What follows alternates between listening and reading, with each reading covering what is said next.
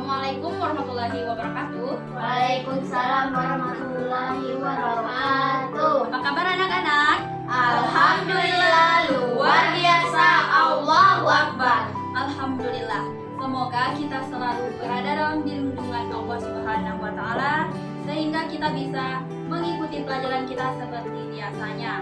Dan semoga kita dibukakan hatinya sehingga mudah menerima pembelajaran kita dan kita senantiasa mendapat kebaikan dari segala arah. Amin amin ya robbal alamin. Nah, sebelum kita memulai pelajaran, ada baiknya kita berdoa terlebih dahulu agar ilmu yang kita dapatkan berkah dan mudah kita terima. Sebelum memulai pelajaran, berdoa bersama dimulai. Bismillahirrahmanirrahim. Rabbi zidni ilma Warzuqni fama walhamdulillahi rabbil alamin. Berdoanya sudah selesai. Selanjutnya sebelum memulai pelajaran, Ibu absen dulu ya. Edis Maika, Hadir Bu. Azza Alintia. Hadir Bu. Ya, hadir juga. Dapat hadir terus ya. Berarti kita dalam keadaan sehat. Nah, hari ini kita akan belajar tentang toharoh, yaitu fokus pembelajaran kita hari ini tentang wudu. Jadi ibu akan menjelaskan tentang wudu, yaitu berupa dasar hukum wudu, pengertian wudu, atau syarat-syarat wudu, hal yang membatalkan wudu, serta makna dari wudu sendiri. Jadi sebelum masuk materi, ada yang tahu apa itu makna wudu? Saya Bu. Ya, Azza coba jelaskan apa itu makna wudu. Untuk mensucikan diri dari hadas kecil dan bernilai pahala. Bagus sekali ya, tepuk tangan untuk Azza. Ya, jadi wudu itu untuk mensucikan diri kita sebelum kita melakukan ibadah. Karena dalam Islam kita diwajibkan untuk membersihkan diri, untuk membersihkan kita dari hadas kecil. Jadi sebelum melakukan ibadah itu kita harus berada dalam keadaan suci. Nah, ada juga hal-hal yang membatalkan wudu. Ada yang tahu? Saya Bu. Ya Edis, coba jelaskan. Itu buang air besar, buang air kecil, juga sentuhan dengan yang bukan wudu, buang air atau kencing. Nah, bagus sekali ya. Itu tadi ada beberapa hal yang dapat membatalkan wudu ya. Sebelum masuk ke materi kita, Ibu jelaskan terlebih dahulu ya pengertian dasar dan hukum dari wudu ini sendiri. Wudu itu berasal dari bahasa. Di sini Al-Imam Ibnu Atsir Da'ajazi Rohamullah, seorang ahli bahasa ya, menjelaskan bahwa kita dikatakan bahwa wudu itu yang dimaksud adalah air yang digunakan berwudu. Bila dikatakan wudu, maka yang diinginkan itu merupakan perbuatan. Jadi wudu adalah perbuatan sedang waduk atau air wudu. Nah, di sini ada juga dari pengertian secara syariatnya, yang artinya maka wudu adalah menggunakan air yang suci lagi mensucikan pada anggota-anggota badan yang keempat, yaitu merupakan wajah, tangan, kepala, dan kaki, berdasarkan tata cara yang khusus menurut syariat. Selanjutnya ibu akan menjelaskan tentang rukun-rukun dari wudu ini sendiri. Yang pertama itu niat. Niat fardunya wudu itu ketika pertama kali membasuh wajah. Ingat ya, pertama kali itu membasuh wajah pada wudu. Yang kedua itu membasuh wajah. Dan ketiga, membasuh kedua tangan dari telapak tangan hingga siku ya. Yang ketiga, membasuh sebagian dari kepala. Yang keempat, membasuh kedua kaki beserta kedua mata kaki. Dan yang keenam itu harus dilakukan dengan tertib. Itu merupakan keenam rukun dari wudu. Selanjutnya, syarat-syarat wudu. Yang pertama itu dikerjakan dengan air yang mutlak. Air yang mutlak di sini air yang bersih, bukan air yang tercampur dengan najis ya. Yang kedua, airnya mengalir di atas anggota badan yang dibasuh. Dan yang ketiga, tidak ada sesuatu pada anggota yang dapat mengubah air, yaitu perubahan yang merusak atau nama air mutlak itu. Yang selanjutnya, pada anggota wudu tidak ada sesuatu yang menghalangi menghalangi antara air dan anggota yang dibasuh. Yang kelima, dilakukan sesudah masuk waktu sholat bagi yang selalu berhadas. Selanjutnya, di sini ada sunnah-sunnah dari wudhu itu sendiri. Yang pertama, membaca Bismillahirrahmanirrahim atau basmalah sebelum mengambil air untuk membasuh muka sambil dengan berniat wudhu. Nanti niat wudhu akan dijelaskan di sini saya tuliskan. Yang kedua, membasuh kedua telapak tangan sampai pergelangan hingga dicuci dengan air yang suci sebanyak 3 kali. Ingat ya, sebanyak 3 kali. Iya, sebanyak 3 kali. Selanjutnya berkumur untuk membersihkan seluruh mulut kita. Jadi kita harus berkumur sebelum melakukan wudhu. Yang keempat, beristiaq, yaitu menghirup air ke dalam hidung. Di sini fungsinya untuk membersihkan hidung kita. Kalau bisa kita masukkan air ke dalam hidung kita dan kita keluarkan kembali, itu namanya beristiaq. Dan yang kelima, istinsar, yaitu membuang air dari hidung ini tadi, merupakan bagian dari istiaq tadi, memasukkan air. Selanjutnya dilanjutkan dengan istinsar, yaitu mengeluarkan air. Yang keenam, mengusap kedua telinga bagian luar atau dalam telinga. Gendang telinga dalam mengusap telinga harus menggunakan air yang bagus, yaitu bukan air yang habis digunakan setelah mengusap kepala tadi ya. Selanjutnya, menggerakkan jari-jari kedua tangan dan kaki jika menghalangi masuknya ke sela-sela jari. Yang kedelapan, menggerakkan cincin agar air sampai pada bagian bawah jari. Yang kesembilan, mendahulukan anggota kanan ketika membasuh kedua tangan dan kaki.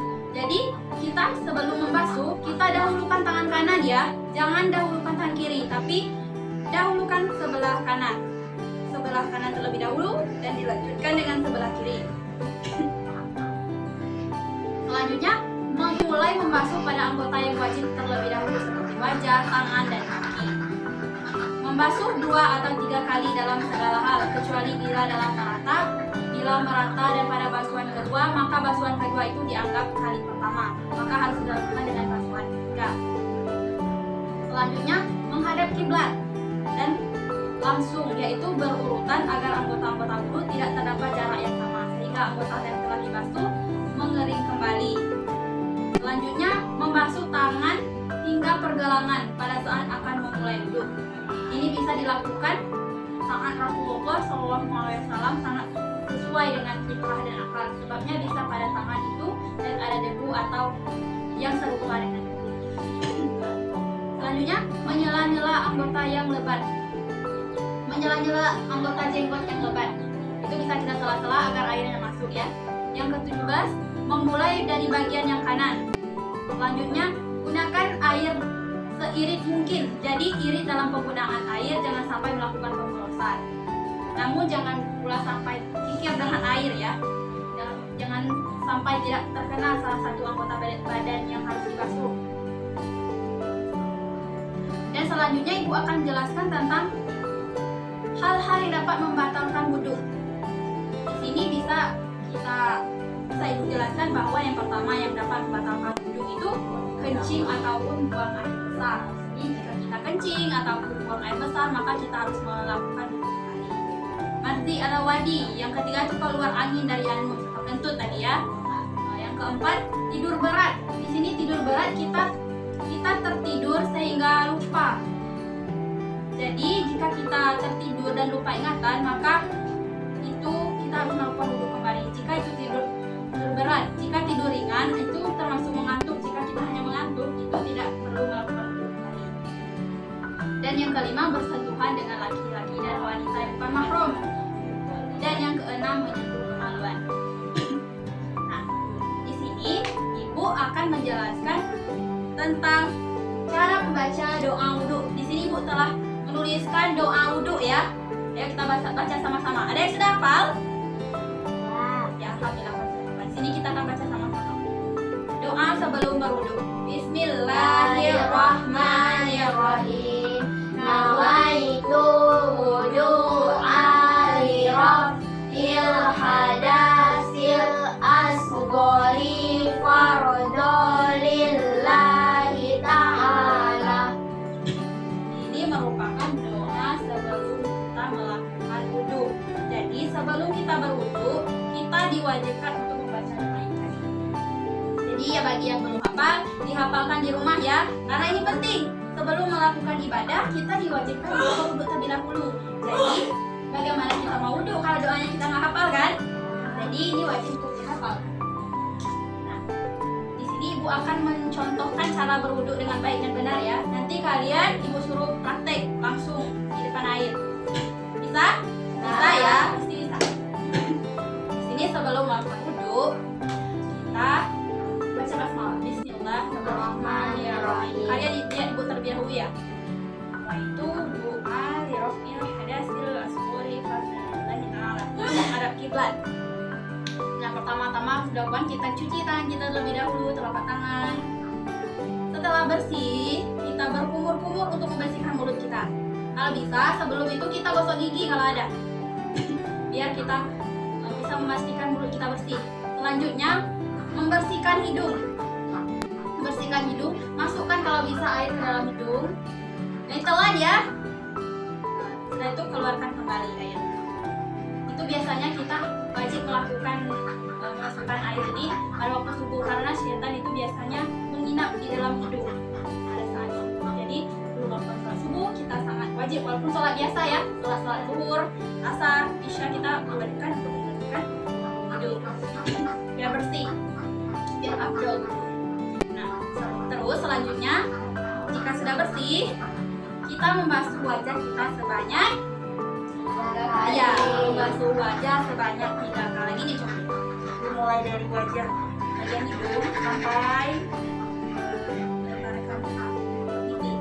Jadi seluruh permukaan wajah itu harus basah dengan air. Basuh sebanyak 3 kali. Nah, setelah wajah dilanjutkan dengan tangan. Membasuh tangan itu diawali atau didahulukan sebelah kanan. Jangan tangan kiri terlebih dahulu, tapi tangan kanan. Membasuh tangan itu dimulai dari ujung kuku sampai siku. Dari mana? Ujung kuku sampai siku. Ya, baik. Itu dimulai dari kuku sampai siku. Terus dilanjutkan dengan tangan kiri. Sama juga ya, dimulai dari ujung kuku sampai siku. Berapa kali mengusapnya? 3 kali. Mengusapnya 3 kali ya, ingat ya. Selanjutnya membasuh sebagian dari kepala. Ambil air, basuh kepala. Bisa kan? Sebanyak 3 kali. Setelah kepala itu telinga. Telinga itu dimulai dari telinga bagian luar hingga bagian dalam. Kita basuh ke atas. Selanjutnya kaki. Dahulukan kaki bagian kanan. Ya, semuanya harus didahulukan bagian kanan. Bersihkan kaki bagian kanan dari ujung kaki hingga mata kaki. Lanjut lagi ke kaki kiri dari ujung kuku hingga mata kaki. Itu dibasuh sebanyak 3 kali ya. Udah bisa? Kalau bisa, ibu mau coba Edis contohkan caranya yang ibu jelaskan tadi, dari membasuh muka, mencuci mulut, hingga membersihkan hidung, hingga sampai kaki. Coba praktekkan kembali yang ibu jelaskan tadi.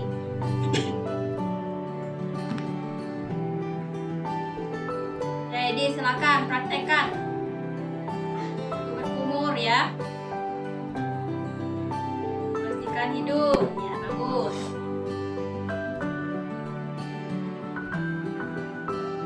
Wajah sebanyak 3 kali.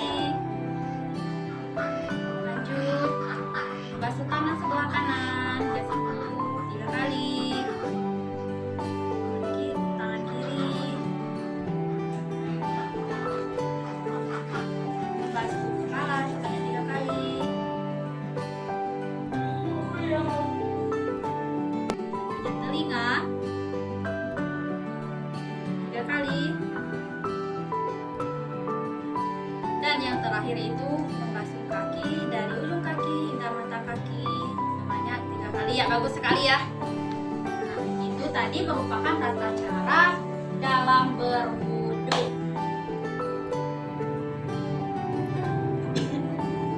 Nanti ibu akan menyuruh kalian praktek langsung di air. Coba.